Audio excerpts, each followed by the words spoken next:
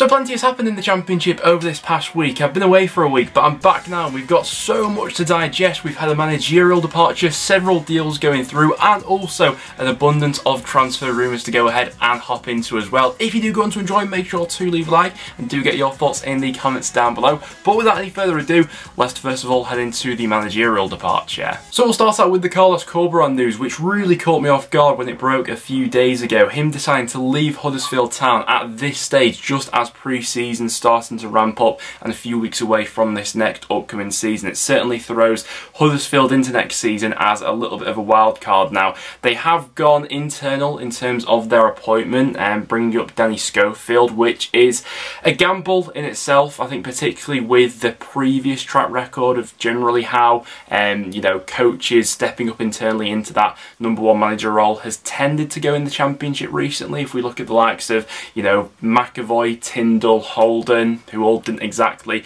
live up to the billing, although in saying that we have had some excellent internal appointments in the Championship in the past with the likes of Paul Warne and Thomas Frank, to name a few.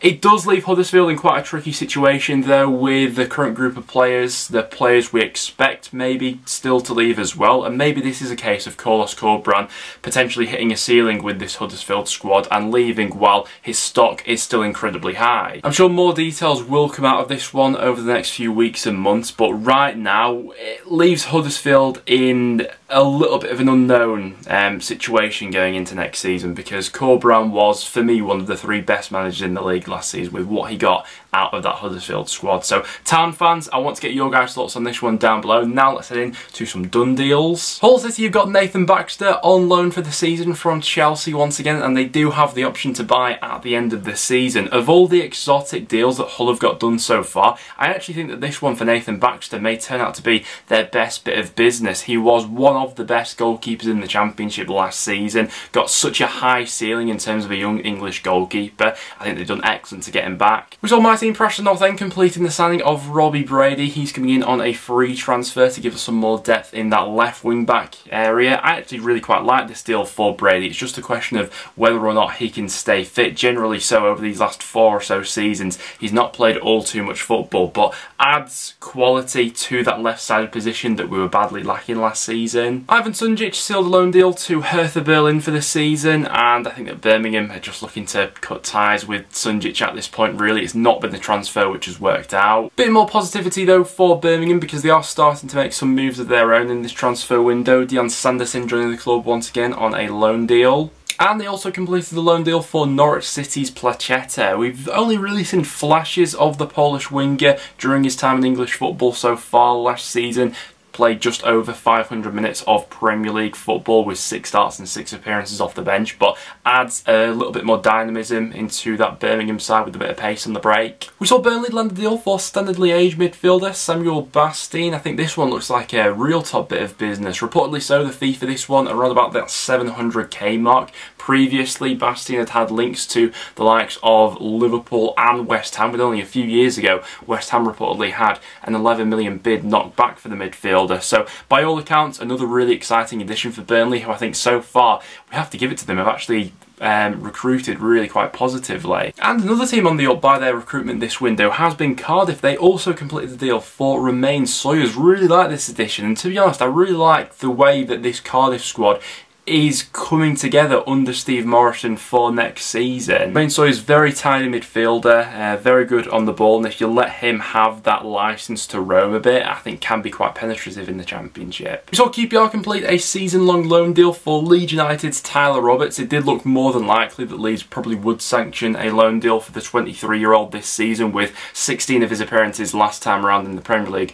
coming in off the bench. I've always quite liked the look of Roberts, to be honest, especially in those 2 Bielsa seasons in the Championship. Roberts had his moments in both of those. Will be interesting to see what primary position QPR see as Roberts' best, as he can play, as a number 9, a number 10, or further back as a number 8. And Luton, they're really pushing the boat out at the moment as they announced the signing of Carlton Morris from Barnsley with a fee of around about £2 million being quoted. So also showing that there is money to go ahead and invest within this Luton squad. I really like the addition of Carlton Morris. He's obviously coming in alongside Cully Woodrow, who was at Barnsley last season, but Carlton Morris was one of the few players I think to come out with some real credit from that struggling season Barnsley have just had. You know, Morris missed a large chunk of it through injury, but still finished as their top scorer with 9 goals in all competitions. He's got a good blend of attributes which I think will really suit a manager like Nathan Jones and what he looks to get out of a striker. So yeah, potential attacking trio next season of, you know, Carlton Morris, Corley Woodrow dropping in and Adebayo, I think it's actually really quite exciting for Luton. Huddersfield signed a deal for Conor Mahoney. A little bit mixed on this one, to be honest. I suppose Huddersfield will see this one as a little bit of a free hit, but Mahoney needs to get his career back on track more than anything. Towards the end, just seemed to frazzle out a little bit at Millwall. I'm excited to see David Kasumu in the Championship next season. He's coming over from MK Dons to Huddersfield. Anel Ahmedhodzic has completed his move over to Sheffield United. Sheffield United being a little bit slow to get going in this transfer window so far, but if this is a sign of what's to come for Sheffield United in this window, then I think there'll be quite a few excited Blades fans for this upcoming year. Really excited to see how he beds into the Championship. 23 years old and in previous windows has been really sought after. We saw Hull complete a deal for Jean-Michel Seri upon his release from Fulham. There was one rumour that popped up which seemed like at one point he would be heading to Italy over Hull, but Hull have managed to get this deal over the line in what is a signing of real intent for me. Seri was one of the classiest operators in the Championship last season for Fulham, and he automatically bumps up the quality of that midfield. Reading completed the loan signing of Tyrese Forner. He's coming in from Nottingham Forest. He'd spent last season out on loan at Shrewsbury. A big departure from Swansea as we saw Flynn Downs completing his move to West Ham United. At one point it seems like a move to Crystal Palace could have been on the cards, but instead it was the Hammers who swooped in, who, to be fair, over recent years do have quite the track record of picking up players from the Championship, rolling with them for a few years and really upping their games. I think that Flynn Downs will certainly also fall into that category. He will be a big loss for the Swansea side going into next season, but as soon as you start to talk about, you know, prices of 10 million plus, I think that Swansea were always going to be forced into a situation where they'd have to sell and then look to, you know, put some of that back into the team. And one midfielder who will add a little bit more bite into that Swansea midfield next season is Joe Allen. We have had the return. This one had been long rumoured among, you know, his contract running out at Stoke. It seemed like the most obvious route for Allen would be a move back to Swansea. From their point of view, they were always quite consistent with, for Allen to come in, someone would have to go out, and in the end it's, I suppose, perfectly worked out for Swansea. We've also had an end to the Tom Lawrence situation. He'd been long linked to several Championship clubs, West Brom and Sheffield United particularly throwing their hats in the ring, but it was actually Rangers in the end who got a deal over the line for the Derby County captain. And we've seen Reading complete the season-long loan signing of Jeff Hendrick coming over from Newcastle. Spent the second half of last season out on loan at QPR, where that loan move didn't really work out. I don't think he was the type of midfielder that QPR were really after, and he didn't seem to be a great fit into that side. But Reading have been in need of a massive reshape to their midfield by the players they've lost, and so dipping into the loan market for someone like Hendrick I think makes sense in their situation. And I'm sure Sunderland fans will be happy that they've got a deal over the line for Jack Clarke on a permanent basis from Spurs, as he signed a 4-year deal. He was obviously out on loan at the Stadium of Light last season, and quite crazy to think that just a few years ago in 2019 Spurs spent over 10 million on Clarke. But those are some of the recently completed deals we've seen go through in the Championship over the last few days. Now without any further ado, let's hop into some transfer rumours. And I will be all over this one as a Preston North End fan, because we are currently being linked with a move for Callum Robinson, the former Preston North End player. It does look more than likely that West Brom are looking to shift Robinson on, and Preston are said to be in pole position in terms of interest in the forward at this point in time. Listen, from Preston's perspective, I think it's becoming increasingly unlikely that we're going to be able to get any sort of loan deal done for Cameron Archer, and so it's only right that we are currently exploring other options. And I think think that a potential front two of Callum Robinson and Emile Reece, I think would be absolutely brilliant for the Championship. Robinson is fairly versatile in the positions that he can play. I thought that Preston probably got the best out of him when he was playing out on the left-hand side, but for both Sheffield United and West Brom, we've seen him deployed as more of a natural number 9. And even last season in a massively dysfunctional West Brom side, you know, who sort of bounced from idea to idea under Ishmael and then Bruce, Robin still came out of the season with decent numbers to show for it. He was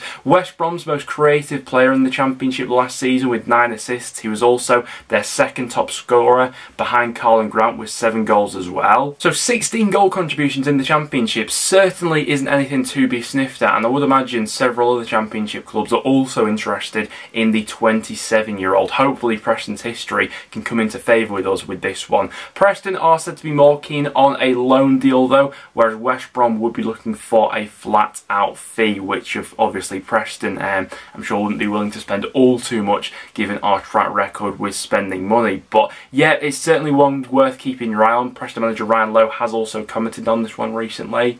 It would seem as if Wolves have sealed a deal for Burnley defender Nathan Collins for a fee of around about 21 million. Now, this is undoubtedly a massive loss to this Burnley side. It was hoped that maybe they would be able to keep hold of Collins, you know, with Tarkowski and me both moving on. It seemed only natural that Collins would be their main guy at the back next season. But after a string of solid performances for Burnley in the second half of last season, the interest was bound to be there. And as we've seen several Premier League clubs chasing him, a fee of around about, you know, over that 20 million mark was probably always going to get this deal done. I think Wolves are making a fantastic addition into their squad here from Collins' time at Stoke. I think it was seen then that he's got an incredibly high ceiling, and to be fair, Burnley have already recruited in this position, albeit Collins would be a massive miss.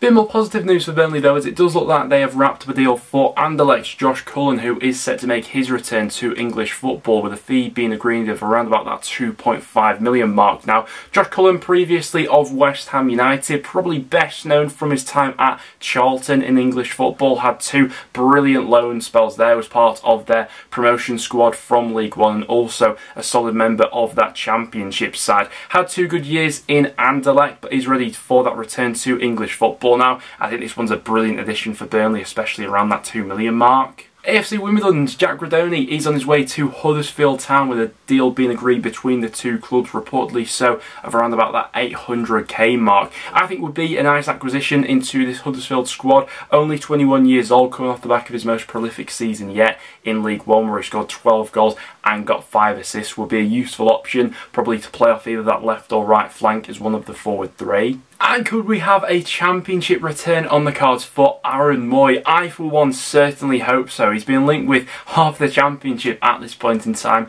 as well as Celtic. From those Championship clubs linked, we've got the likes of Norwich, Swansea, Birmingham, Huddersfield and Middlesbrough, who are all currently being discussed. Obviously, a return to Huddersfield would be quite interesting for the Australian, who spent the last couple of years playing out in China for Shanghai. He's now a free agent though, and as he's been linked to so many clubs, it would seem as if this is a little bit sort of agent-led, with him looking to get his player out there, putting the feelers out to see where the most desirable contract would come from. But Aaron Mooy, I mean, I'm not sure on his levels right now because I can't claim to be a massive watcher of the Chinese Super League, but whilst at Huddersfield and Brighton, I always thought a really classy operator, able to dictate a game of football, brilliant range of passing, and in that promotion season with Huddersfield, especially in the 16-17 season, he was absolutely the pendulum that made the difference for that Huddersfield side that season. So yeah, if any Championship club is able to land a deal for Aaron Mooy, I'd be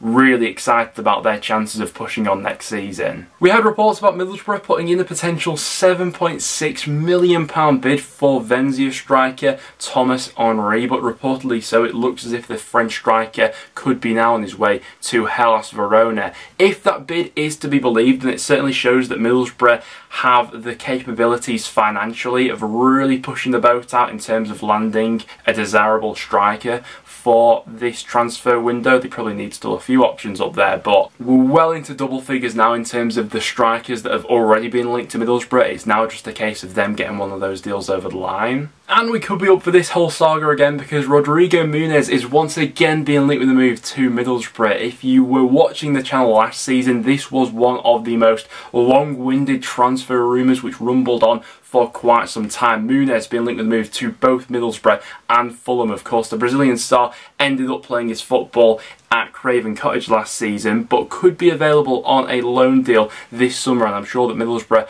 will be one of those clubs more than keen to tie a deal down for the Brazilian youngster who, considering the lack of game time in the Championship last season, actually looked fairly prolific, to be honest. 23 of his 25 Championship appearances last season were on from the bench. He only played 490 minutes of football, but in that time still scored 5 goals, and so he was averaging a goal every 98 minutes. So if you're giving a player like Muniz consistent game time, who knows how many he's capable of slotting away in the Championship. But yeah, no surprise to see Middlesbrough once again linked to the Brazilian. And it's clear that Borough are still keen to add a little bit more depth on that right-hand side as well, with the sale of Jed Spence expected to go through. Ryan Nyambe has been the most recent name to be brought up, a free agent after his contract expired at Blackburn. Sure, there'll be plenty of Championship interest in the young defender. But Tommy Smith is also training with the club at this point in time as well, so it will be interesting to see if they're looking to do a deal for both players or it's a case of one or the other. And it seems as if Martin Pereiro's time at Middlesbrough could be coming towards an end, with him being heavily linked with a move to Boca Juniors. Seems as if this one would be a season-long loan with the option to buy at the end of the season. Pereiro has been, I think, a bitterly disappointing signing for Borough, to be honest, with the money they outlaid on him and the few glimpses of quality, which, to be fair, we did see. His career at Borough seemed to be really quite stop-start with injuries, him not being a fit into the team at different times, having to adapt to a new system. But ultimately, to make just 6 starts in the Championship last season, played just over 500 minutes of football and just score 1 goal and get 1 assist in between, with all the money and hope that was pinned on Pereiro at the start of the season, it would be disappointing to see this as the way his career in England ends. But there we have it, guys. Those are some of the recent transfer rumours which I've seen floating around the Championship. We'll have another rumour roundup out later on in the week as well, so any other rumours that you want to see involved in that one, get them in the comments down below and we'll have a chat about them later in the week. Apart from that though, guys, thank you very much for tuning in. As always, if you did go on to enjoy, do leave a like and do stick around for some regular Championship content. Apart from that, guys, thanks for watching and I'll see you all in the next one.